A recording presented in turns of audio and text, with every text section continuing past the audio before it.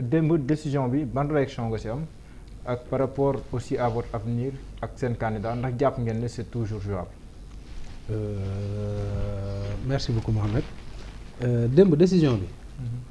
Man pour être très sincère bettuma quoi.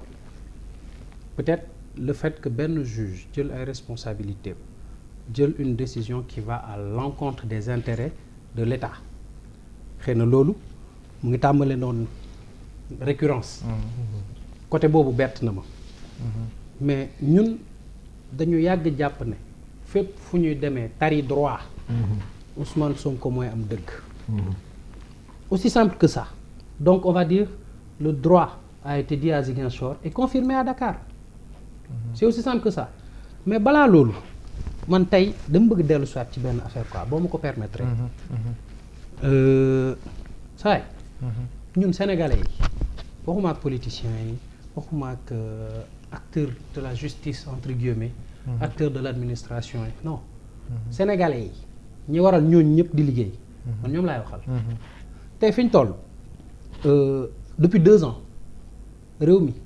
ci ay wax maa ngi jégalu ci kàddu yi yu ñàkk fayda lañ nekk. li indi wax ji lépp góor punkal gu ñu jiiñ siif la dem fa mbaxana doonee benn ñu ne ko siifoo loolu mooy rogalaat ba tey ji fi ñu toll ñuy wax ay waxu dana bokk du bokk am na fenn foo xam ne bu ñu fa tollee dañuy xool lan la réew mi soxla ñu def ko ñun sénégalais yi liñ ñuy sonalee boobu ba tey di ko ngawtee lan lañ tàmbalee na dem wuyu ji dem na wuyu ji dem ci wuyu ji googu ñu bëgg ko pamte lu ne ñu def ko mu ne justice bii ma gis dafa jeng moo ko wax te dañ koy assumer justice bii ma gis dafa jeng demee na ni dootuma wuyu ji bu naree continuer di ma def nii saa yu ma naree dem wuyu ji wuyootul ñu dem ba ci biir mu prouver leen ne justice bii nu mu doon doxee du woon yoon ay juge commencé jël seen ay responsabilité ci fan yu néew depuis Sabassy Faye bu mu ko tàmbalee commencé jël seen ay responsabilité mais coow li mooy dañu nekk Sénégal boo xam ne guddi yi ñu toll Abdou Diouf ak nu mu métti ak lu mu jote woon nag Abdoulaye Wade bu élection bu ñu dëgmaloon élection il avait cette grandeur cette élégance cette responsabilité ce devoir de faire en sorte que mu participer ci élection yi bu dara dul dara pour taaral suñu démocratie Abdoulaye Wade même chose naka noonu kazalika bu muy jëflanteeg Idrissa Seck ak lépp bañ naan ay protocole de Rebeuss il avait la grandeur au moins de organiser des élections inclusives dem jëli ay nit ñoo xam ne bokkuñu ci giron am ñuy gérer élection waaye suñu président bi fi ne moom ci ayam la ñu gis ñu ne opposant du bokk ñu xool opposant bi nga xam ne moom la da su ma laax wala sax su naan biddéewam fénq nga ne du bokk ci lan nga ko teg ci lan lañ teg du bokk coow li yëpp au début lan la ñu doon wax c'est une affaire privée yoonu état nekku ci yoonu gouvernement nekku ci c'est une affaire privée et pourtant cette affaire privée là c'est celle qui nous tient en haleine jusqu'à ce qu'aujourd'hui on parle de tribunal de grande instance de Dakar c'est juste la résultante de cette affaire de viol répétitif sous la menace de 2 pistolets moom moo ñëw indi tey wax jii ñuy wax nii te foofu dañ doon ne yoonu état newu ci tey ñu ne état mooy partie prenante il faut qu'à un moment ñu respecter sénégalais yi yoonu état nekku ci ca njëlbeen 2021. waaw sa njëlbeen waaw. ca même histoire bi boobu noonu ca même histoire boobu noonu lañ nekkaat ba tey état taxawaat ne man maay c'est les intérêts de qui de quel état c'est les intérêts de quel état man déjà quand on dit l'état contre Ousmane Sonko ça me gêne. loolu de. ça me gêne parce que avant d'être Pastef patriote je suis sénégalais dafa am loo xam ne ñoo ko bokk ñun ñëpp moo ñu sut moo ñu mën moo ñu gën muy Sénégal ak fu ñu munti bokk ak fa ñu bokk lu mu fort contre état du Sénégal. ak suñu pas mënuma man je ne peux pas entendre ça. mi ngi nii cet état ne m'engage pas. yaa ngi koy gis ni Ousmane Sonko ca kaw. cet état qui se bat contre un de ses enfants ne m'engage pas man gëwuma état bi. Mon état ne se bat pas contre ses enfants.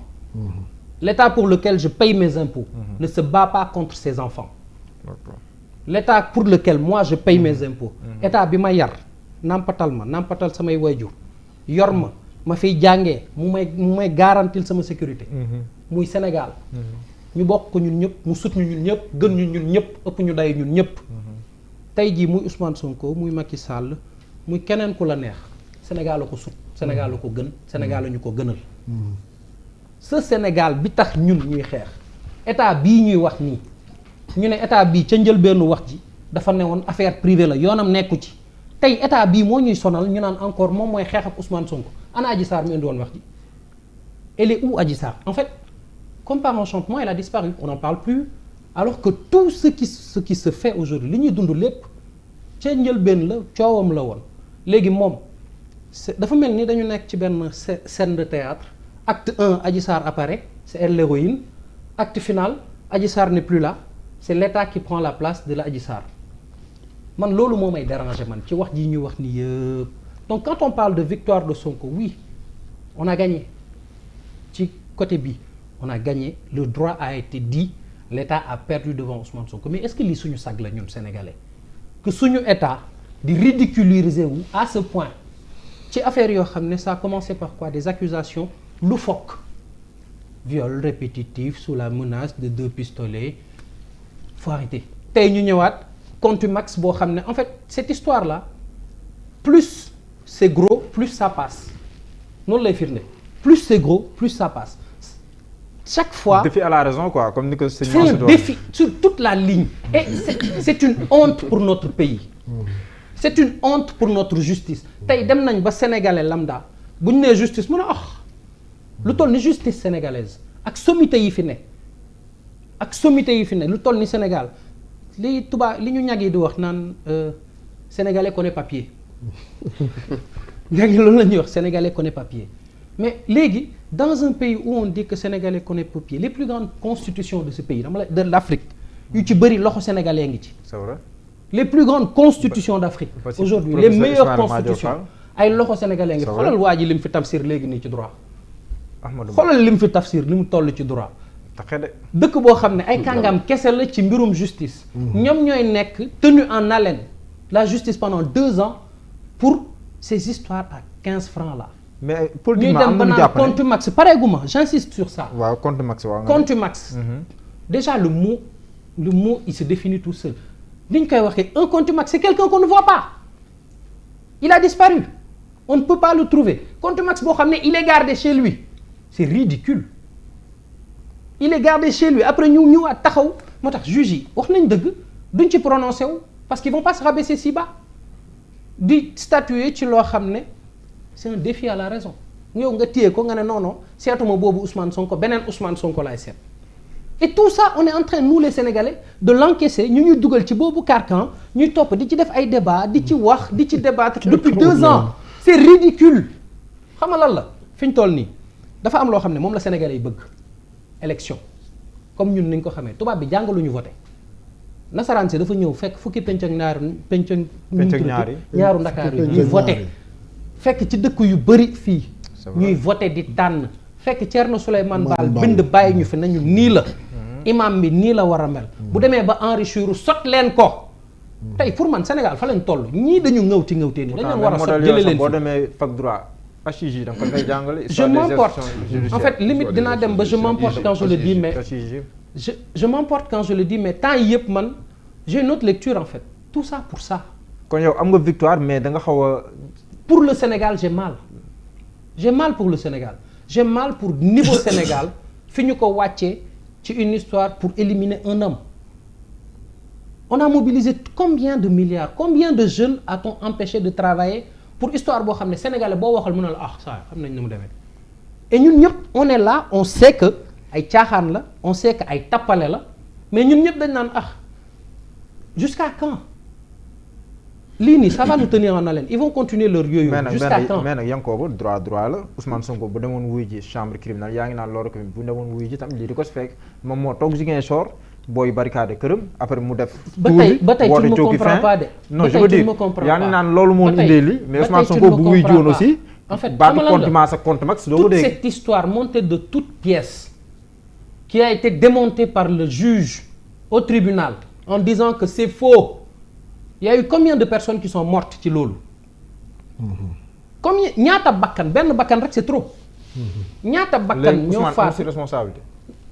laquelle d'avoir été accusé c'est ça sa responsabilité. woote mortal combat. non d'avoir été accusé c'est ça sa responsabilité c'est que xam nga lan moo ma jaaxal discours yi tamit dañuy gis bu ne fàng ñu ne non waaye bii tamit nañu régler bi ne fàng bi ba pare fi coow li tàmbalee foofu la loolu moo ñu topp ba fii ñu toll nii tey ba suñ joon yàlla tey ñaata milliards lañ ci dépensé ñaata bakkan na ci rot te on va continuer encore ñu naan dem nañ ba Bamba Cissé démb bu muy wax lan la wax mën nañ def seen recours mais ñu ngi leen di ñaan ñu nekk jantal quoi parce que fi ñu nekk li ñu def nii yooyu la ñoom ci boppam xam nañ ko bëre bukkeek mbaam la yàgg bukki ci kaw mbaam ci suuf. politiquement am na lu jàpp ne lii mën na ubbi buntu waxtaan si diggante président Macky Sall ak Ousmane Sonko ndax fii situation bi toll. waxtaan pourquoi.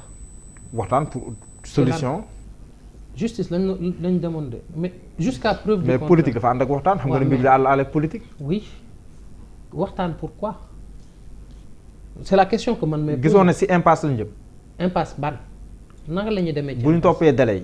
waaw si wàllum yoon. waaw Ousmane Sonko boo moytul le 26 dina passé te fekk na mbir mi vidéo. kan mooy décider ki war a bokk ci élection yi. conseil constitutionnel. jeex na nañ ko bàyyi moom mu décider. mais yéen loxo yi naan ngeen demee conseil constitutionnel. ku la wax loolu. foo leen jëlee fiche. kan moo ñu teree jot. mun nañ déposer sans fiche. non attends. non bul fàtte nag conseil constitutionnel. dafa benn bataaxal leeral de. waaw mais huissier moo koy constat mun nañ déposer sans fiche. xoolal mi ngi koy leeral léegi. léegi admettons après ma laaj Ahmadou ba xam. pourtant sànq dellu ci na ci. on ne peut pas porter vrai débat bi loolu la quoi Sénégal. léegi non dinaa ñëw du Sonko du administration lañ jox ndigal manquement yooyu quoi. administration mais yow léegi leen Pastef yéen la moo tax bëggoon leen ay waxtaan ay diisoo ay weccante xalaat. yéen la moo tax yéen ay xeex ay kii.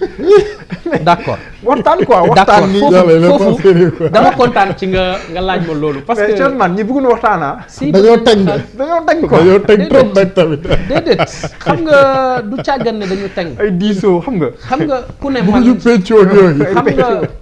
xam nga ku ne man maa yor doole tàppetuma ragaluma taxawaat njëkkoon taxaw ne fañi fañ cawa caca njëkkoon a waxaat tamit ne je vais réduire l'opposition à sa plus simple expression est-ce que kooku bëgg na waxtaan kooku lan ngay wax ak moom kooku waxam yëpp dama leen di duma la waaw mais jamono ji rek mais jamono yi changé jamono ji rek posture mun naa soppeeku. waaw na génn def jamono fañ dafa dépassé moom lépp si njëkk la moom na ko laaj waaw lépp ci njëkk la. merci beaucoup ci njëkk dafa noonu nañ ko ñaan ci njëkk waxtaan ñaar la waxtaan ñaar la d'accord ñun lan lañu en fait aujourd'hui doo ma tëj kaso ci loo xam ne ay tappale la tëj samay naatangoo ci loo xam ne ay tappale la jàpp ay xale yu ndaw yoo xam ne dañ toll seen buntu àddina war a tekki amal njëriñ réew mi nga tëj leen ci kaso te nga waroon li ñu naan la détention c'est l'exception la liberté c'est le principe fan yii ñaata booy lañ fi bàyyi ñoo xam ne après 9 mois de prison. c'est vrai pour quelle raison. ñoom ñëpp kay ñu bàyyi leen. non mais lan lañ defoon bañ tëj leen. yarga si moo dellu parce que dafa am beneen dossier aussi. lan lañ defoon bañ tëj leen 9 mois de prison ci réew moo xam ne ñu ne réew moomu dañoo bëgg seen ay ndaw.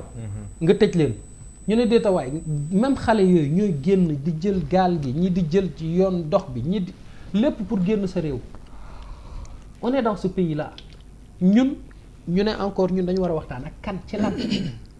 dañoo tëj kaso loolu yëpp ñu koy def di nootal suñu askan ba pare ñu ne kaa la ñuy waxtaan balaa ñuy waxtaan kenn dañuy taxaw. même si guerre xam nga ne dañuy waxtaan. waaw mais bu ñu mais suñuy guerre suñu nekkee ci guerre. ba war a waxtaan dañuy wanante respect mais dañu wanante mépris.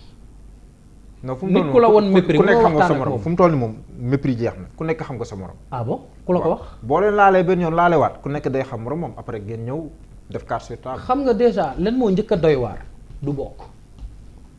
ci loo xam ne par essence na bokk ma duma ko la. d'accord politique géew la goo xam ne da ngay samp sa ndënd ne maa fi mën diw maa ko mën pour yow nga am légitimité il faut nga duma ñi nga xam ne ñoo fi ne yow nga ne du bokk ba pare mobiliser suñu justice pour bañ mu bokk te ñun ñu sénégalais yi ñun ñuy fay impôt ñu toog di ko seetaan ma loolu moo métti loolu la ñu war a lijjanti. d'accord dinaa ñëwaat si yow Yankoba Ibrahima Anne yéen waa parti tuddee ma ne parti socialiste yéen waa taxaw